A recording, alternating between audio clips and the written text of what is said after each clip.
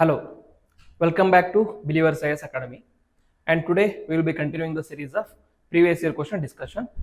Yesterday's class we discussed the polity previous year prelims questions of 2024 and we discussed around 8 to 10 questions. 8 to 10 questions.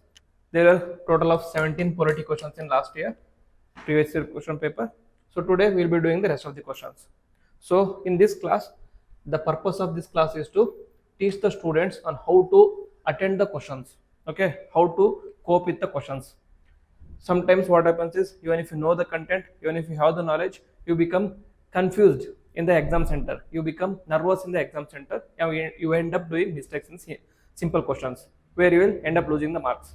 So my purpose is to help you solve the question paper, help you analyze the questions, and help you get better marks. So without any further ado, we will start with the discussion.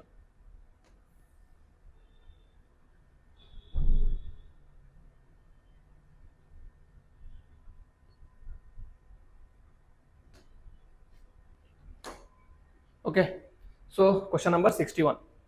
We have discussed till question number 60 and today we will be taking up questions from 61. So question number 61 is about Constituent Assembly. Okay, this is the second chapter of Polity Lakshmikant. So if you read about Constituent Assembly, these questions will be very easy for you. The question is, who was the provisional president of Constituent Assembly before Dr. Rajendra Prasad took over? Option A, C. Rajagopalachari, B. B.R. Ambedkar, C. T.T. Krishnamachari, D. Dr. Sachidananda Sinha. You can easily answer this question because C. Rajagopalachari had his own political, has his own political party and he was more involved in those things. And Dr. B.R. Ambedkar, he was the head of drafting committee and not the head of, not the provisional president. And T.T. Krishnamachari, he was also a member of drafting committee to constitution. So the best option for this one is Dr. Sachidananda Sinha. Okay. So these are basic facts which you should be knowing about Constituent Assembly. It is in the second chapter and many of the times questions will be directly taken from that particular chapter. So be thorough with your Constituent Assembly chapter. So about Constituent Assembly, it was first convened, the first sitting happened in 9th December 1946. During that 9th December 1946 sitting, All India Muslim League boycotted because they wanted partition of India. 1946. So India had not yet gotten the complete independence, which was another year due. So All India Muslim League wanted to complete partition of India and Pakistan, which was not allowed by British, and that is why they boycotted the Constituent Assembly. And in their absence, only 211 members who belonged to Congress and other parties attended the meeting. In this, so there is a question about who should be made the provisional president, and as per the old tradition of British India, they used Dr. Sachidananda Sinha, who was the oldest member, and he was made as the provisional president. And after that, Rajendra Prasad was made as the president of India by election. Okay, he was elected by the Constituent Assembly. So some of the works of Constituent Assembly is electing Rajendra Prasad. Okay, so there is another question which will be frequently asked. What are the tasks done by Constituent Assembly? Okay, there will be questions like, okay, which of the following acts were done by Constituent Assembly? One is electing Dr. Rajendra Prasad, electing national flag of India, electing national anthem, or electing national song, etc., etc. These things you should be knowing about. Okay, this is very important. So this is about this particular question. And the second question is about another chapter, which is first chapter only. That is about important acts which were taken by British India. So the British, in order to make administration better, they should bring up many activities or many acts. Sorry. So they started with 1974 Charter Act. 1774 Charter Act. They started with 1774 Charter Act. 1772 Charter Act. After that, they were brought in like 1781 Pitt's India Act, 1792, and another 1812, etc., etc. From then on, they started bringing Government of India Act. And in this process, in this series, one of the most important act was the Government of India Act 1935. It is the last act which was done by British before they left India. Okay, this act was to aim was to make administration easier for India. Okay, this is actually basic for present Indian constitution also. So the question here is, with reference to Government of India Act, consider the following statements.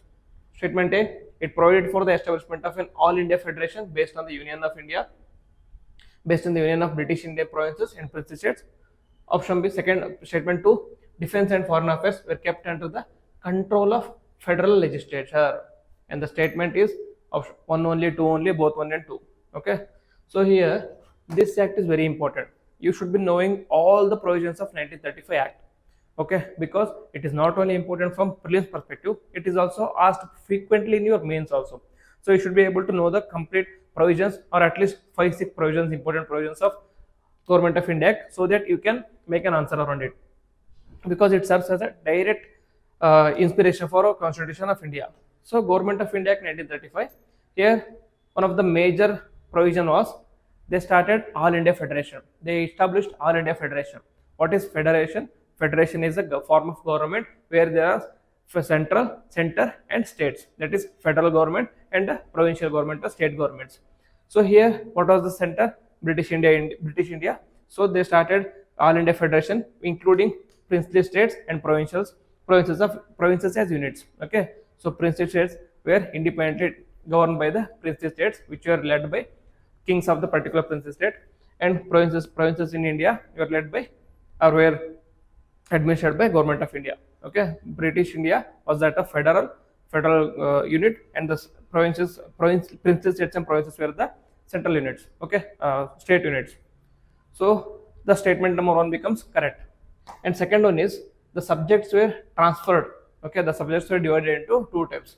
One is reserved subjects, another one is transferred subjects. What do you mean by reserved? All the subjects, all the powers which were kept under the power of British were considered as reserved subjects, and all the powers which are transferred to the Indian councillors, those are called as transferred subjects. Okay, in reserved subjects, the main important powers were foreign affairs, defense and tribal areas. Okay, so till now it is fine, till now it is understandable. The question, or the most important tricky part of this question, is the last sentence here, or last line. Defense and foreign affairs were kept under the control of federal legislator. Is it the federal legislator or is it someone else? Okay, here you get confused. I said Government of India was divided into 3 parts: state, center and concurrent. Okay, and at the center was the federal unit. Was these where the functions, where the powers of foreign affairs, defense and tribal areas were kept under federalist, or it was governed by someone else? Actually, it was not done by federal government of the India. It was actually under Governor General and not the federal government. Okay, this is where you become very confused. You know that they were under the reserved list. You know that they were not given to Indians. But whether it was done by federal government or whether it was under the power of Governor General. So it was not under the federal government. It was actually under the powers of Governor General. So statement number 2 becomes wrong. So this is how UPSC plays trick with small lines and words. Okay, you know these were under the reserved list. You know that these were not given to Indians, but were they controlled by federal legislators, or were they under the power of Governor General of India? So the statement here is it was under the control of Governor General of India and not under the federal list. So this becomes wrong, and the correct answer will be A only. Okay, so what I would suggest is go through these acts very thoroughly and make important notes about the acts. Okay, at least keywords will be there. You should be able to remember those keywords. So now moving on to the next questions.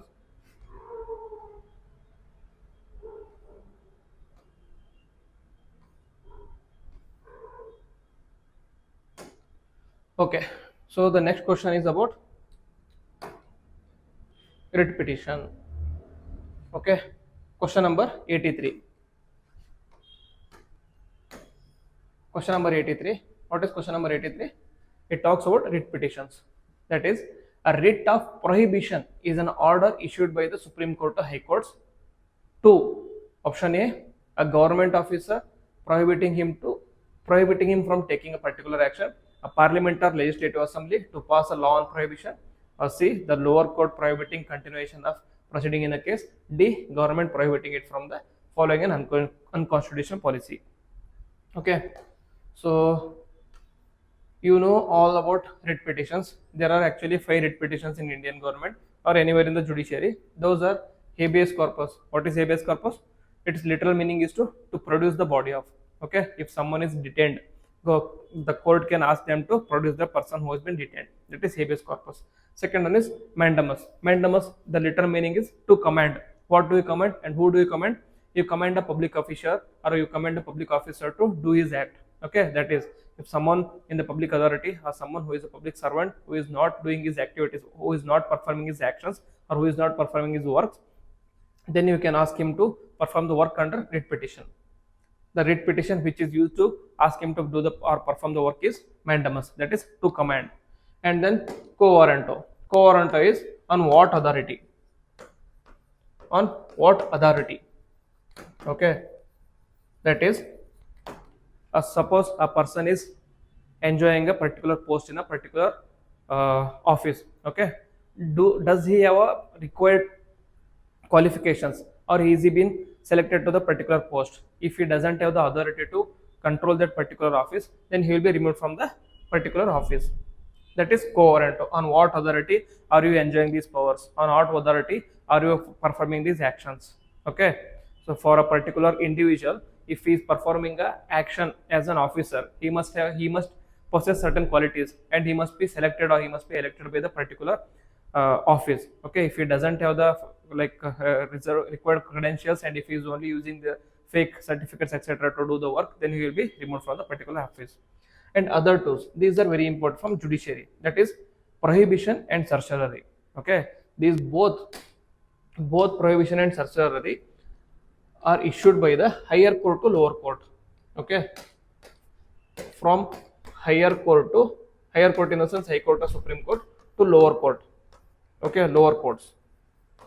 Here supreme court can issue to high court and high court can issue to lower courts, or supreme court to lower courts directly. So the difference is prohibition. Okay, prohibition is P, that is in order to prevent. That is, suppose a particular court is trying to give judgment on a particular subject, then the higher court can ask him to stop giving the judgment on the particular case because it doesn't come under your jurisdiction, because you are not capable enough to take up this particular case. That is, even before the case is taken up by the court, the higher court will be issuing the writ of prohibition, so to prevent it from giving any judgment or decree. Whereas certiorari, it is C, meaning curative in the nature. Okay, P, it is preventive in nature. C, certiorari, it is curative in nature. What is curative? A lower court has already given a judgment or decree or order.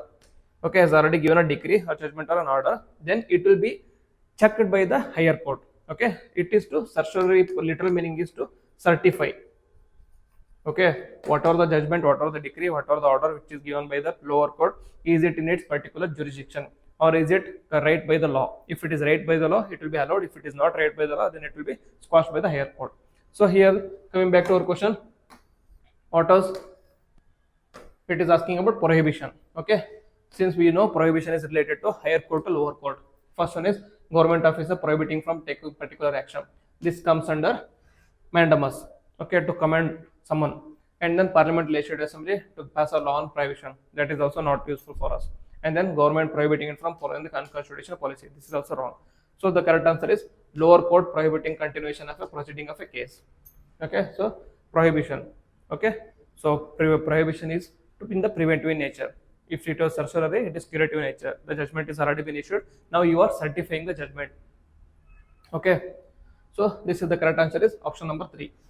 So here you can easily guess the answer, because even if you don't know all the writs, even if you don't know all the provisions, you can just easy. The government officer prohibiting, is it writ, comes under writ. The writ will be taken by the courts in the nature. So only option which involves courts here is option number 3. Next, moving on to the next question. So consider the following statements. It is the governor of the state who recognizes and declares any community of the state as a scheduled tribe. Statement number 2. A community declared as a scheduled tribe in a state need not be so in another state. So it is asking about scheduled tribe. Okay, the Indian Constitution provides certain provisions regarding the declaration of scheduled tribes. Who are scheduled tribes? It is any particular tribe or community which are included in the scheduled list. They become scheduled tribes. Okay, so the provisions related to scheduled ST status is under Article 366 clause 25. What does Article 366 clause 25 says is, any tribe can be included as scheduled tribe. Any tribe can be included as scheduled tribe or considered as scheduled tribe if it is deemed as scheduled tribe under Article 342. Okay, so 366 what it tells is, Article clause 25 what it tells is that any tribe which is mentioned as a scheduled tribes under the Article 342, it is considered as scheduled tribe. Now, what does Article 342 says? Article 242 says that President, in consultation with the state considered, okay, in consultation with the state considered, can declare any state as a, any tribe as a scheduled tribe. So here the power to declare a particular state, particular tribe as a scheduled tribe is under President. So President is the one who has the power to declare a particular tribe as a scheduled tribe. Okay. So moving back to the question, statement number 1, it is talking about, it is the governor of the state who recognizes and declares any community as a state in the state as a scheduled tribe. So statement number 1 becomes wrong. Okay. Second one is, a community declared as a scheduled tribe in one state, you need not necessarily be same in another state. Okay.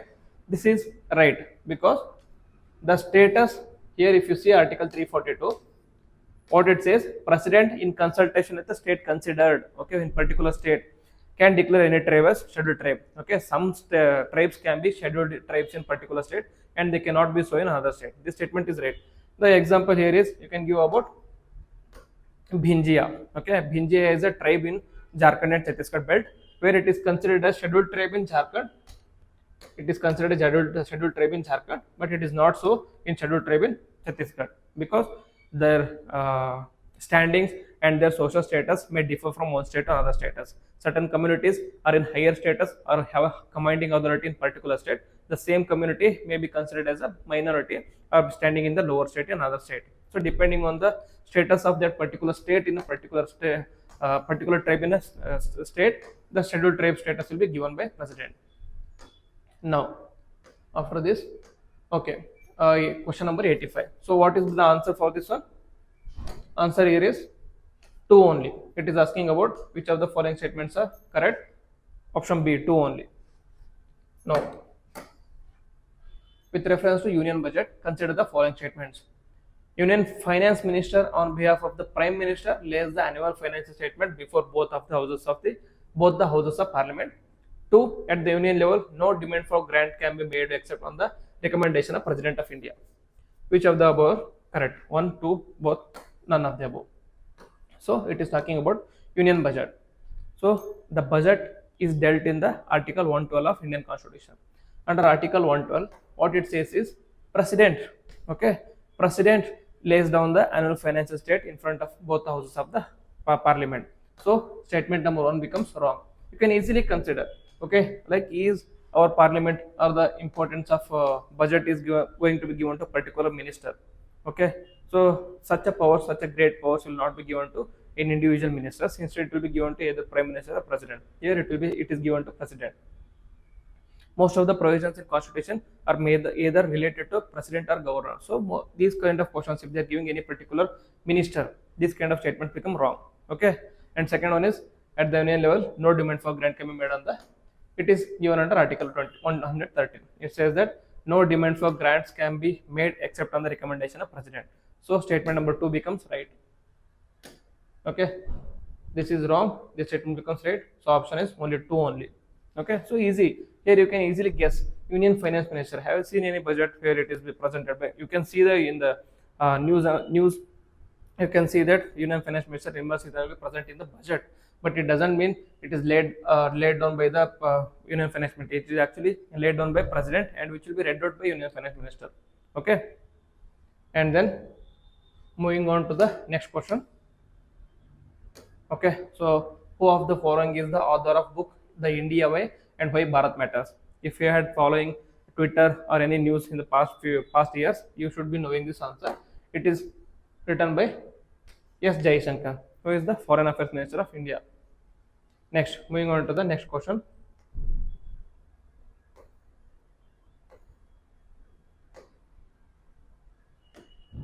So, question number 93. Question number 93 deals with removal of speaker. With reference to speaker of the Lok Sabha, consider the following statements. While any resolution for the removal of speaker of Lok Sabha is under consideration, statement 1, he or she shall not preside. He or she shall not have the right to speak. 3, she or she shall not be entitled to vote on the resolution in the first instance. Okay, speaker. Okay, this is the position which is given in Lok Sabha or rather Lok Sabha or state assemblies, which is a very important position in Indian government. Okay, it is very important and very, like what you say, a very favorite topic of UPSC, you can say. Okay, every year there will be one or other question given in UPSC prelims, and every 1 or 2 years there will be questions on speaker and his position or controversy regarding a speaker in the mains also. So it becomes very important for you to understand completely about speaker. Here it is talking about removal of the speaker. So removal of the speaker is dealt in Article 96 of Indian Constitution. Article 96 says that during the removal of the speaker shall not preside. So this is right. Okay, just imagine if there is a resolution for the removal of a person, then is that person capable enough to be sitting as a president? No, right? So if you are going to remove that person, at least he should be removed from the presidency person initially, and then he will be kept aside. Okay, so only acts as a member of parliament there. He doesn't preside during the removal process. And second, on powers. The powers during the removal of the process for speaker is he has the right to speak. Okay, obviously he is a member of, even though he is not a president during this removal of speaker, he still has the power of an MP. So a power of MP is he has the right to speak, and he also has the right to vote in first instance, because during the removal process he acts as an MP. All the other MPs will be voting during the removal process, so he also gets the voting power. Okay, during normal resolutions, speaker gets the casting vote when there is a vote equal when the votes are equal during the normal resolutions. Okay, when there are 50-50, then speaker gets casting vote. This is during the normal resolutions, but during the removal he gets the power to act in the first instance. Okay, now next question. The question is talking about, so here the answer will be 1 is wrong, so remove all the statements which considers to 1, then the option will be C only, 1 and 2 and 3 only.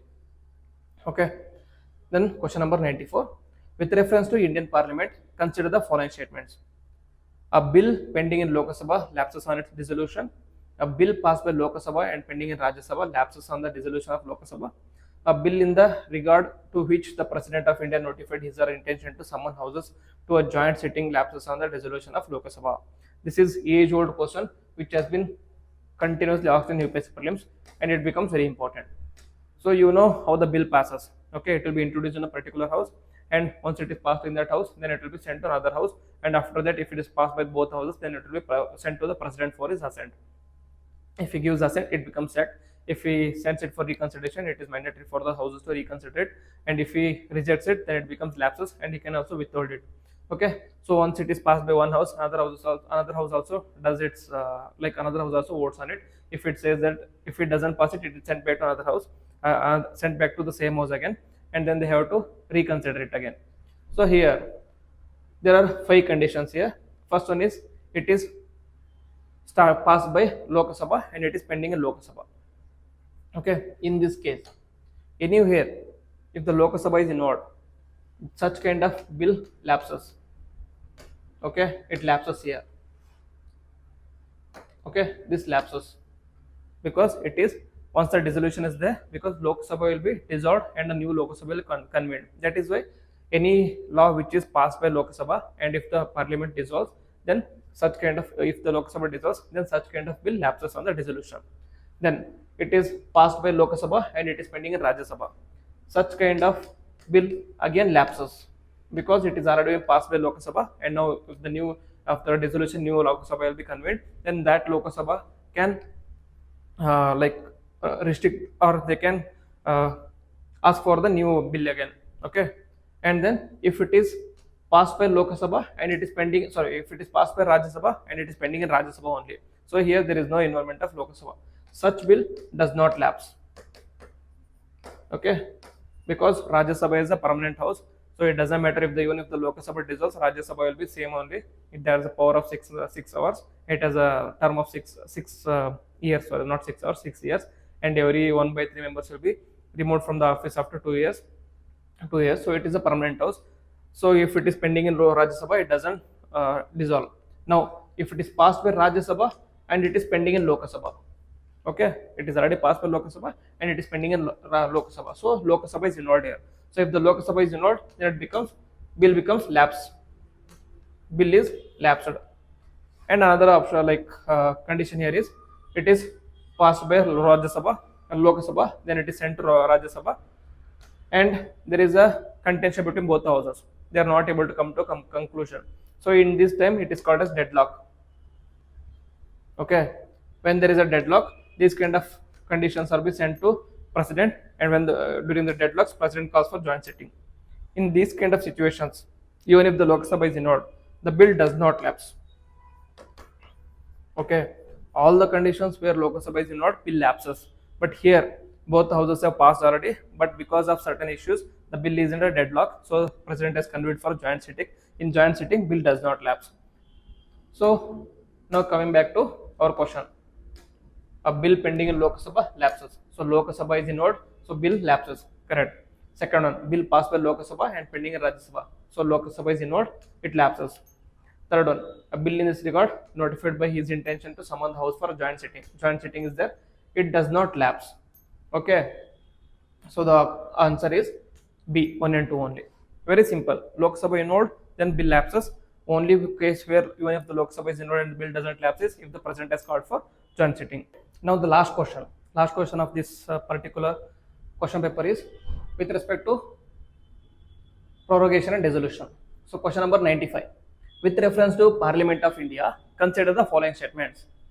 Prorogation of the House by President of India does not require the advice of Council of Ministers. Statement number 2. Prorogation of House is generally done after the House is adjourned sine die, but there is no bar to the President of India prorogating the House which is in session.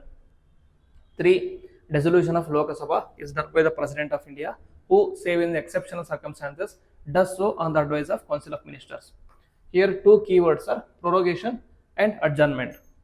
First we will understand prorogation, adjournment and dissolution. In order to understand dissolution, prorogation, adjournment, you should know about the basics of Parliament. Okay. So Lok Sabha has two important key things. One is session and sitting. Session is, there will be 3 sessions in the year: budget session, monsoon session and regular session. Okay, within each session there will be various sittings. Okay, so within a session there will be various sittings. Once they will be sitting for discussing particular issue, and that is called a sitting. This sitting can be ended by adjournment. To end a sitting, it is called as adjournment. This adjournment is done by speaker. Okay, to end a particular sitting you need adjournment, that is done by speaker. Within adjournment there is another thing called as adjournment sine die. What is sine die? Like adjourning the house indefinitely. Okay, and next, session is 3 times a year and there should not be more than a gap of 6 months between 2 sessions. That is given in constitution. So instead of 6, like within the gap of 6 months, so there will be sessions will be there. To bring the session, you need summoning. Okay, who does the summoning? It is done by president under article 85 clause 1. Okay, he summons the member of the Lok Sabha to come and sit for the session and continue the session and discuss on the various issues during the sittings. So a session is started by summoning. To end the session, it is done by president again, and it is called as prorogation. Understood? Ending the sitting is called as adjournment. Ending the session is called as prorogation. It is again done by President of India. Okay, but the question here is, does not require the advice of Council of Ministers. This becomes wrong. President does the prorogation of a session, but prorogating the session always requires the advice of Prime Minister and Council of Ministers, because whenever the discussion on a particular topic or whenever the required business is done in the House, then the Council of Ministers will send a recommendation to the President that whatever the functions we wanted to discuss in the House, it has been done and it has been completed. Now we can prorogue the House. So prorogation is done by President, yes, but it is done only on the advice of Prime Minister and Council of Ministers. So statement 1 here becomes wrong. Okay, so statement 1 here becomes wrong. If statement 1 becomes wrong, option A and option B are also wrong. So now second one is again dealing with the prorogation. Prorogation of a house generally done after the house is adjourned sine die, but there is no bar to the President of India prorogating. So what happens is, once the adjournment sine die is done, adjournment sine die is ending the last sitting. Okay, ending the last sitting of particular house. Okay, particular session. So what is adjournment sine die? Adjournment sine die is we are adjourning the house indefinitely. So after house is adjourned indefinitely, most of the times generally what happens is adjournment sine die is followed by prorogation. Adjournment sine die is followed by prorogation. So second statement is right. Okay, second statement is right. And another part of this question is, there is no bar to the President of India prorogating the house which is in session. Yes, there is no bar actually. President, it does not necessarily require only adjournment sine die. He can also prorogue the house without the need of adjournment sine die if the house or if the Council of Ministers require him to. Okay, next comes dissolution. So this is a different ball game. What is dissolution? Okay, you know Lok Sabha. Okay, Lok Sabha is the lower house which is not permanent. Generally its term is 5 years. Okay, a 5 years term will be done by the government either by a single party or by its coalition. Okay, they enjoy the house or they enjoy the power in Lok Sabha as long as they command majority, as long as they command 273 seats or 275 seats. Okay, as long as they cover 275 seats, that is the majority, they will be in power. If they lose this majority, then they do not command the power. Then the members of the house will either put confidence motion or no confidence motion. If the government fails no confidence motion, then it will be dissolved. Within the dissolution, there are two types of dissolution. Dissolution, there will be two types. One is premature, another is compulsory. This compulsory is done by President after the end of 5-year term. Okay, after the end of 5 terms. Here the President can either act on the aid and advise the Council of Ministers or not. It is not necessarily required. In premature, there is again two types. Okay, one is if the Council of Ministers or the Prime Ministers ask the President to dissolve the House even before the 5-year term is ended. This is called as premature dissolution. Okay, second time is if the Lok Sabha loses its majority. Okay, why they lose majority? Some people will do the horse trading, they will jump from one party to another party, etc. etc. Defection will be happening, so they will lose the majority. In this time, President calls for no confidence motion. If they fail the no confidence motion, then the house will be dissolved. Here in this case, President does not require the Council Ministers or Prime Minister's advice. So the statement number 3 is during the dissolution of the house is done by President, who in exceptional circumstances does not on the advice of Council of Ministers. So this is right and these two are right. So the answer here is C, 2 and 3 only. Okay. So hope the discussion is fruitful for you. Hope I have been able to help you understand the how to deal with such kind of questions. Okay, polity questions, they are most confusing, but they are the most easiest ones to do because they will be most of the times based on the static part only. So hopefully you will be understanding important topics to discuss during the prelims preparation and you will be thorough with those topics. Okay, so with this I will end today's session. If you have any doubts, or if you have any suggestions for me, do write in the comment box, and do please share the video, like and comment on the video also, and also subscribe to the channel. With this I end this session. Jai Hind.